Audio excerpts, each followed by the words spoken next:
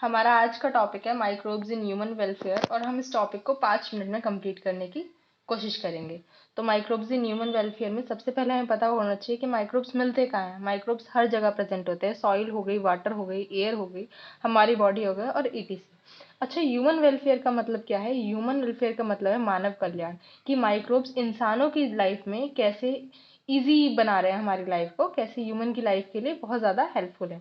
अच्छा, जो चैप्टर 8 था उसमें हमने माइक्रोब्स के बारे में पढ़ा था कि कैसे माइक्रोब्स अलग अलग तरह की बीमारियां कर रहे थे इंसानों में। पर इस चैप्टर में हम पढ़ेंगे कुछ ऐसे माइक्रोब्स जो इंसानों की लाइफ को ईजी बना रहे हैं और हेल्पफुल है उनकी लाइफ के लिए।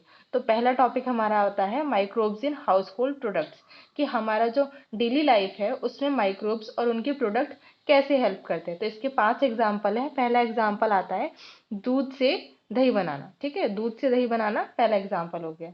अब यहाँ पे पढ़ने से पहले हमें 2 टाइप के माइक्रो ऑर्गेनिज्म के बारे में पता होना चाहिए। पहला है लैक्टोबैसिलस और दूसरा एलएबी लैक्टिक एसिड बैक्टीरिया। दोनों की दोनों दही में प्रेजेंट होते हैं और ये दोनों बैक्टीरिया क्या करते हैं? ये दोनों बैक्टीरिया मिल्क के अंदर ग्रो करते हैं, कोआगुलेट करते हैं मिल्क को, और कोआगुलेट मतलब दूध को फाड़ देते हैं और पार्शियली डाइजेस्ट कर लेते हैं मिल्क का प्रोटीन, और उसके बाद उस मिल्क को कन्वर्ट कर देते हैं कर्ड में। और क्या होता है, जो वो कर्ड बनता है उसकी न्यूट्रिशनल क्वालिटी क्या होती है? बहुत ज़्यादा अच्छी होती है। अच्छा, तो हमने क्या किया, एक बीकर ले लिया, उस बीकर में मिल्क डाला। अच्छा, अब इसके अंदर हम कर्ड डाल रहे हैं। कर्ड को हम एज अ स्टार्टर यूज़ कर रहे हैं, प्रोसेस को शुरू कराने के लिए यूज़ कर रहे हैं। तो हम यहाँ पे स्टार्टर को एक और दूसरा वर्ड कहते हैं जिसका नाम है इनोक्यूलम। तो यहाँ पे हम कर्ड ऐड कर रहे हैं एज इनोक्यूलम और स्टार्टर। अब ये कर्ड है, कर्ड के अंदर क्या है, 2 टाइप के हमारे यही बैक्टीरिया है, लैक्टोबैसिलस और दूसरा लैक्टिक एसिड बैक्टीरिया। ये दोनों क्या करेंगे, कर्ड के अंदर ग्रो करेंगे, मिल्क के अंदर ग्रो करेंगे और उस मिल्क को कन्वर्ट कर देंगे कर्ड के अंदर। अभी जो कर्ड होगा इसकी न्यूट्रिशनल क्वालिटी अच्छी होगी और इसके अंदर विटामिन B12 भी ज़्यादा होगा।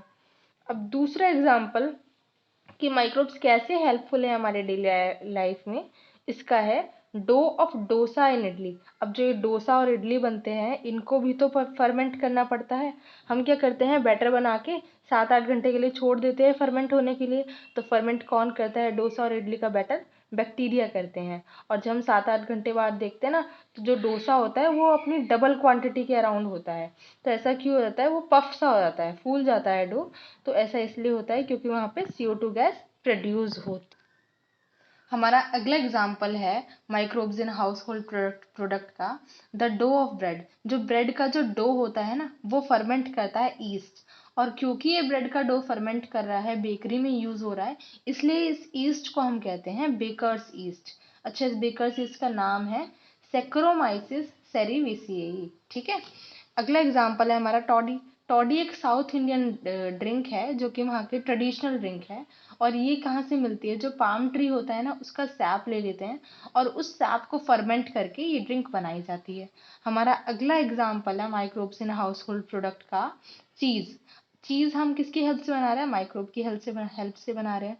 और हमारे सिलेबस में 2 टाइप के चीज़ दिए गए हैं, पहला है स्विस चीज़ और दूसरा रॉकेफोर्ट चीज़। स्विस चीज़ में क्या होता है, बहुत बड़े बड़े लार्ज होल्स होते हैं क्योंकि वहाँ पे CO2 गैस का प्रोडक्शन हुआ होता है, इसलिए। अच्छा, स्विस चीज़ आपने देखा भी है, टॉम एंड जेरी सब देखते हैं शो। उसमें येलो कलर का जो जेरी चीज़ लेके भागता है, उस चीज़ पे आपने होल्स देखे होंगे बड़े बड़े। तो वही वाला जो चीज़ होता है वो स्विस चीज़ होता है। और उसमें लार्ज होल्स होते हैं CO2 गैस के प्रोडक्शन की वजह से।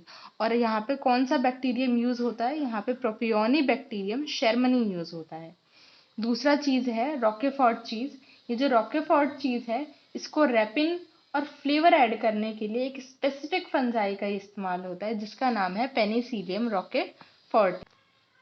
हमारा अगला टॉपिक है माइक्रोब्स इन इंडस्ट्रियल प्रोडक्ट्स। तो इंडस्ट्रियल प्रोडक्ट्स में माइक्रोब्स का हम कैसे इस्तेमाल कर रहे हैं, अब ये पढ़ना है। एग्जाम्पल कहाँ कहाँ का इस्तेमाल कर रहे हैं? बेवरेजेस में और एंटीबायोटिक्स बनाने में इस्तेमाल कर रहे हैं। अच्छा, फर्मेंटर्स क्या होते हैं? अब हमें इंडस्ट्रीज में काम करना है, इंडस्ट्री में कोई प्रोडक्ट बनाना है, तो ऐसा तो होगा नहीं कि हम छोटी सी पतीली में बना रहे हैं। तो इंडस्ट्रीज में अगर कोई भी प्रोडक्ट बनाते हैं तो बड़े बड़े वेसल्स में बनाए जाते हैं।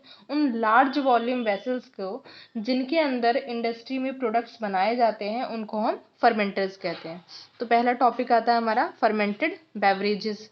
ठीक है, ईस्ट पढ़ रहे हैं हम यहाँ पे। ईस्ट कौन सा इस्तेमाल हो रहा है? सैक्रोमाइसिस सेरेविसियाई हो रहा है। अभी पीछे हमने इसे बेकरी में इस्तेमाल करा था, तो कौन सा नाम दिया था इस सैक्रोमाइसिस सेरेविसियाई ईस्ट को? बेकर्स ईस्ट का नाम दिया था, क्योंकि ये कहाँ बेकरी में इस्तेमाल हो रहा था, ब्रेड मेकिंग में इस्तेमाल हो रहा था। और इस ईस्ट को हम ब्रेयर्स ईस्ट भी कहते हैं। क्यों? क्योंकि ये ब्रूरी में इस्तेमाल होता है, शराब के कारखानों में इस्तेमाल होता है शराब बनाने के लिए।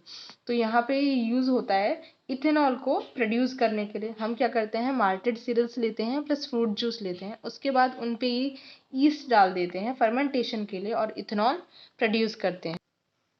तो जब हम ब्रूरी में अल्कोहल बनाते हैं तो हम दो टाइप से बनाते हैं, एक तो विदाउट डिस्टिलेशन बनाते हैं और एक डिस्टिलेशन के साथ बनाते हैं। तो अगर विदाउट डिस्टिलेशन हम अगर ड्रिंक बना रहे हैं तो हम वाइन और बियर बना रहे हैं, और डिस्टिलेशन करके बना रहे हैं फर्मेंटेड ब्रॉथ का, तो विस्की, ब्रांडी और रम बना रहे हैं।